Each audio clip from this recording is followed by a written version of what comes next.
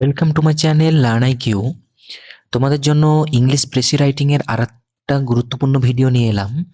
এটাও খুব প্রাসঙ্গিক বিষয়। তো এই প্যাটার্নগুলো তোমাদের পরীক্ষাতে আসার সম্ভাবনা থাকে। হ্যাঁ, তো ওই প্যাটার্নগুলো প্র্যাকটিস করো। আমি আগেও অনেক ভিডিও নিয়ে এসেছি। যারা নতুন আছো, যারা দেখছো, তারা অবশ্যই দেখো পুরোনো ভিডিওগুলো, এবং যারা নতুন আছো অবশ্যই আমার চ্যানেলে একটা সাবস্ক্রাইব করো, লাইক করো।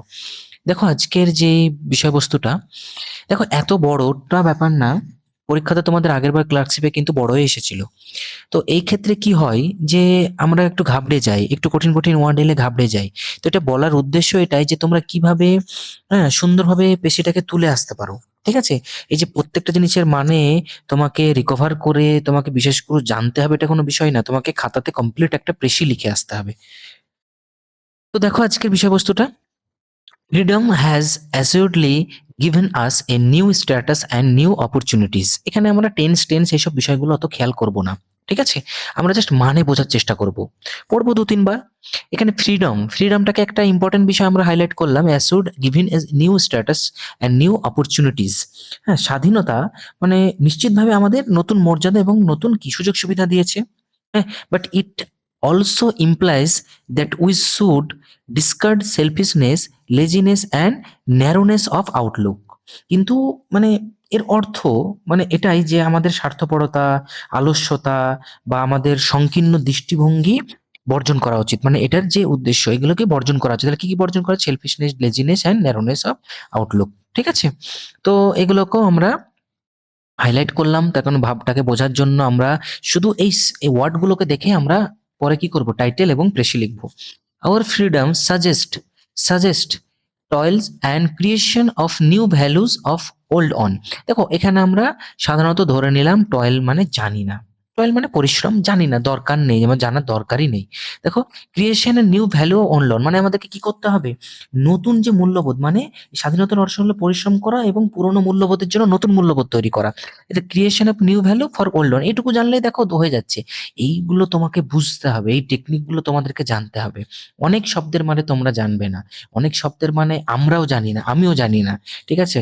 আমরা তো পণ্ডিত না, আমরা সবকিছু জানবো এটা বিষয় না। আমরা তো ইংরাজিতে লিটারেচার পড়ছি না বা লিটারেচার জানছি না, তাই না? আমাদেরকে ওখানে একটা কম্পিটিটিভ এক্সাম দিচ্ছি, তো সেই প্যাটার্নেই পড়তে হবে। We should so discipline ourselves as to be able to discharge our new responsibilities satisfactorily. দেখো এখানে ফ্যাক্টরিয়ালি অ্যাডজেক্টিভ আছে কি, কিয়া আছে কি, প্লুরাল ফর্ম আছে, এগুলো দেখার বিষয় না। আমরা কিভাবে লিখবো সেটা দেখার বিষয়। ঠিক আছে? তো এটার মানে এটাই যে আমাদের নিজেদের এতটাই শৃঙ্খলাবদ্ধ করা উচিত যে মানে আমাদের নতুন যে দায়িত্বগুলোকে, সেগুলোকে মানে সম্পূর্ণ স্যাটিসফাইড ভাবে পালন করতে পারি। দেখো রেসপন্সিবিলিটিকে স্যাটিসফাইড ভাবে পালন করতে পারি। If there is any one thing that needs to be stressed more than any other in the new set up মানে আমাদেরকে বিশেষ করে কি নিউ সেট আপে মানে নতুন কিছু করার এতে আহ বেশি কি করা উচিত, মানে ফোকাস করা উচিত। It is that we should put into productivity effort. যে দেখো আমাদেরকে বেশি করে প্রোডাক্টিভ এফোর্টে ফোকাস করা উচিত। ঠিক আছে? মানে নতুন দায়বদ্ধগুলোকে নতুন সন্তোষভাবে পালন করতে পারি, এবং নতুন ব্যবস্থায় এমন কোনো জিনিস থাকে যা যেকোনোর থেকেও বেশি জোর দেওয়া প্রয়োজন হয়, এবং সে প্রোডাক্টিভিটি এফোর্টকে আমাদের বেশি ফোকাস করা উচিত। Each one of us his own sphere however humble মানে যেই ক্ষেত্রেই থাকুক না কেন, ওন স্পেয়ার মানে যে ফিল্ডে থাকুক না, যে কর্মক্ষেত্রে থাকুক না কেন, হাউএভার হাম্বল মানে যতই নম্র-ভদ্র হোক না কেন। ঠিক আছে? এই যে ওন স্পেয়ার এবং হাম্বল যতই নম্র-ভদ্র হোক না কেন, সেখানে আমাদের ফোকাস করা উচিত। Work, unceasing work should now be our watchword. দেখো এই যে সেন্টেন্সটার মানে হয়তো আমরা একটু বুঝতে পারছি না। ঠিক আছে? এই যে ওয়াচ ওয়ার্ড, এটা একটা নতুন টার্ম, সেটার মানে হচ্ছে লক্ষ্য। ঠিক আছে? আমাদের এম। আনসিজিং মানে হচ্ছে উদাসীন বা অনেক কিছু ওয়ার্ক থাকে। মানে এখানে উদাসীন ওয়ার্কটাকে মানে অবিরাম ওয়ার্কের ক্ষেত্রে ব্যবহার করা হয়েছে। যেকোনো কাজ বা অবিরাম কাজ, এই সমস্ত কিছু আমাদের লক্ষ্য হওয়া উচিত। এই যে সেন্টেন্সটার মানে যদি আমরা নাও জানি, ঠিক আছে? দেখো এটাকে তোমরা ইগনোর করে দাও, কোনো অসুবিধা নাই। ঠিক আছে? Work is health and service is happiness. Nothing else is the greatest crime India today's idleness, মানে কি এই দেখো এইটা খুব ইম্পর্টেন্ট, এটা পুরোটা আন্ডারলাইন করে। Greatest crime India today's idleness, মানে আইডলনেস মানে কি আলস্যতা, এটা হচ্ছে সব থেকে বড় অপরাধ আমাদের মানে ইন্ডিয়ার ক্ষেত্রে, মানে আমাদের জীবনের ক্ষেত্রেও, দৈনন্দিন সবকিছুর ক্ষেত্রেও। অল আর ডিফিকাল্টিস ইনক্লুডিং ইভেন কনফ্লিক্টস, মানে সমস্ত যে সমস্ত সমস্যাগুলো, ইভেন যেগুলো আমাদের দ্বন্দ্ব বিষয়গুলো, will gradually disappear if we can root out this evil, মানে কি আমরা যদি জ্বর থেকে এগুলো নির্মূল করতে চাই এবং মানে সেই আলস্যতাটাকে কাটাতে পারি, তাহলে কিন্তু ডিফিকাল্টি কনফ্লিক্ট মানে দ্বন্দ্বগুলো কিন্তু ধীরে ধীরে ডিসঅ্যাপিয়ার হয়ে যাবে। দরকার নেই এটা আমাদের হাইলাইট করার। Whether as constable or higher officer of the state, এটাও হাইলাইট করার দরকার নেই। মানে কনস্টেবল মানে কি জুতো সেলাই থেকে চণ্ডীপাত, এই বিষয়টা বোঝানো হয়েছে যে যেই পোস্টে থাকুক না কেন, কনস্টেবল বা হায়ার অফিসিয়াল যে কোনো স্টেটেই থাকুক না কেন, হ্যাঁ, এখানে কনস্টেবল মানে কি নিচু পোস্ট পড়ে সেটা ব্যাপারটা না, ব্যাপারটা হচ্ছে মানে কি এটা বিলো র্যাঙ্কের একটা পোস্ট বা হায়ার অফিসিয়াল, সেই ক্ষেত্রে বোঝানো হয়েছে।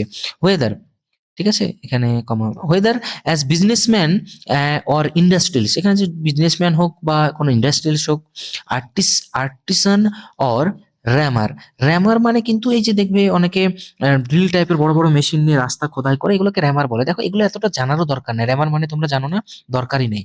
Each one of the should be discharging his obligation to the state of making a contribution to welfare of the country, এই যে ওয়েলফেয়ারটা আমরা বুঝে গেলাম, অফ দ্য কান্ট্রির ওয়েলফেয়ারের জন্য আমাদের কি করতে হবে, কন্ট্রিবিউশন করতে হবে, অব্লিগেশন মানে নিজেকে নিয়োজিত করতে হবে, উৎপাদনশীল প্রচেষ্টায় নিজেকে আমাদের নিয়োজিত করতে হবে।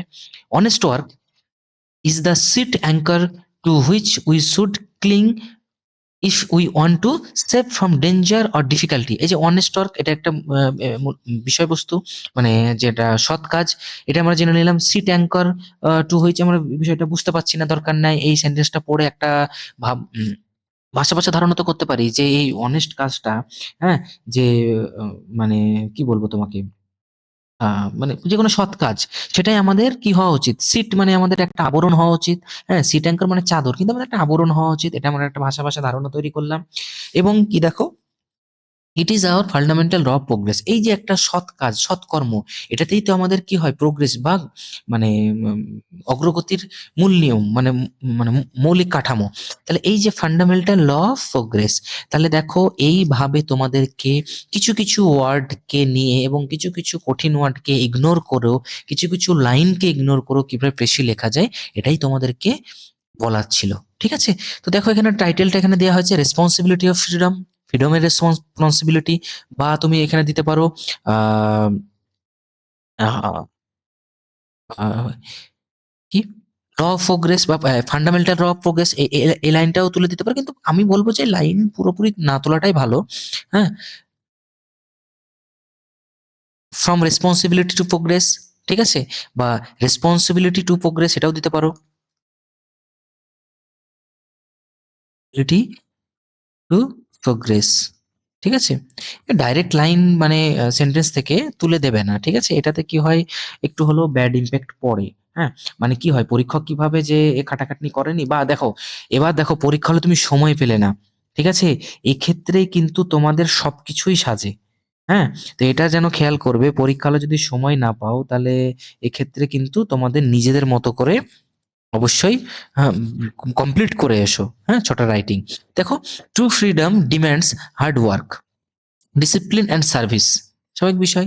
এই যে সত্যিকারের স্বাধীনতাটা কি চাই, যে কঠিন কাজ, ডিসিপ্লিন মানে ডিসিপ্লিন মানে কি নিয়মাবর্তিতা, এবং সার্ভিস যে কর্মক্ষমতা, সেসব বিষয়গুলো বা কাজ।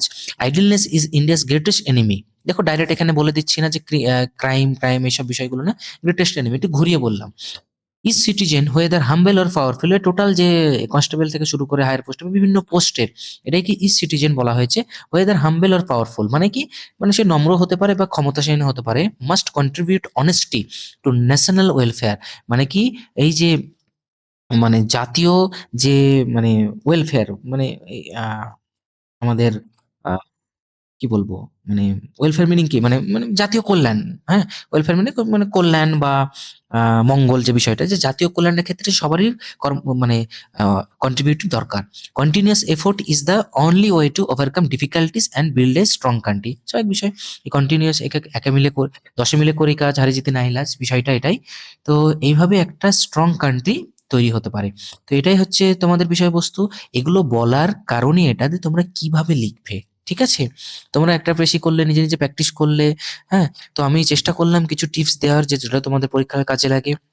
তো তোমাদের যদি ভিডিওটি ভালো লাগে অবশ্যই একটা লাইক করো, লাইক অবশ্যই করো এবং যারা নতুন আছো অবশ্যই আমার চ্যানেলটিকে সাবস্ক্রাইব করো। যারা এখনো করোনি অবশ্যই সাবস্ক্রাইব করো।